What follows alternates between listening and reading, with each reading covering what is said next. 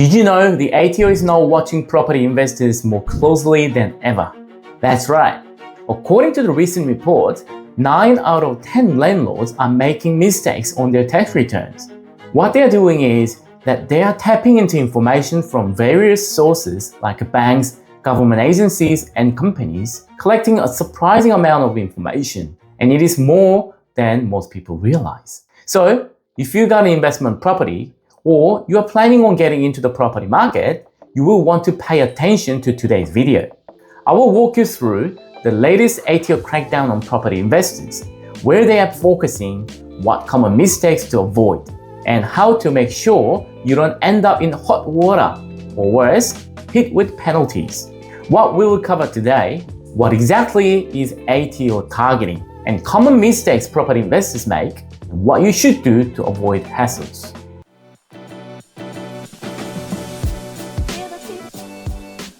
Hi, my name is Eric Lee. I'm an accountant with 15 years of experience, and I became a real estate agent to help people build wealth, not just prepare tax returns like most accountants. With your expertise, I help property investors in everything from setting up tax-effective investment strategies to acquiring high-performing properties. Unlike online gurus, I uphold the highest standards as an accountant, helping people to avoid costly mistakes.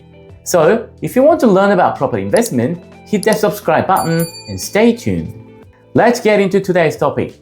Basically, ATO is cracking down on unreported or underreported income and overclaimed expenses. This is what it is all about. In order for them to do this, they have significantly expanded their data matching powers. For example, they collect rental bond and land transfer transaction data from all states and territories to detect undeclared rental income and capital gains. Not only that, they gather information from the popular property management platforms like PropertyMe and PropertyTree to compare rental income expenses and ownership.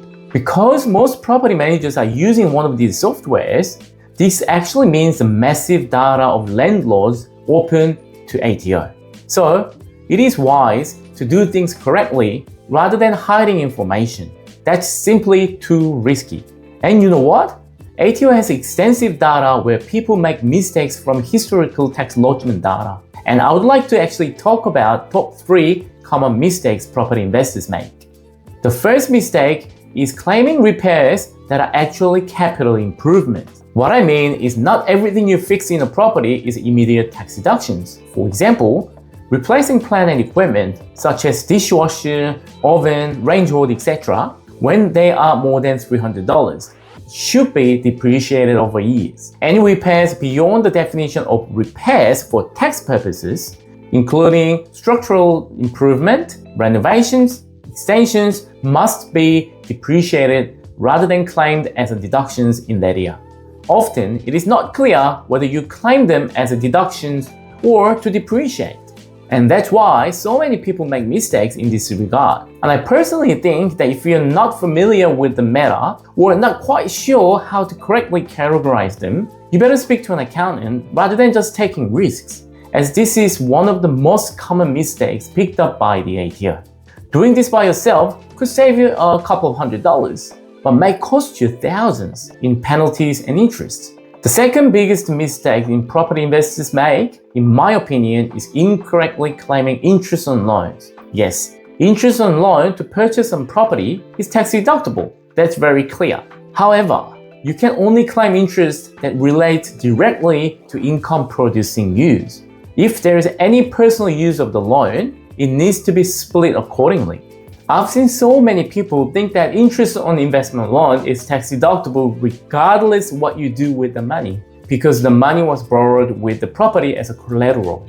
However, it is not the case. ATO looks at what you use the money for, not what you use as a collateral. For example, if you buy a personal car by topping up or withdrawing from your investment loan, you won't be able to claim interest deductions for the portion of the loans you used to purchase the car. Also, you have to be very careful when you use a withdrawal facility because you may lose huge tax deductions if you use it incorrectly. Actually, I covered this topic in my previous video, So if you want to know more in details how interest deductions work, please click the link above.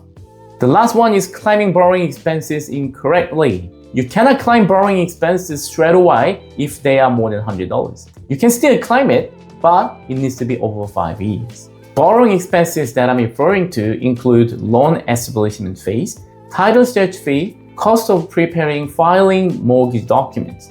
And you know what? Lender's mortgage insurance, the LMI, that typically charged by banks when you borrow more than 80% of the value of the property is also borrowing expenses. So you can actually claim LMI over 5 years. I've seen so many people miss out on this. So if you have paid LMI, don't forget to claim it, but not the whole amount in 1 year, but over 5 years.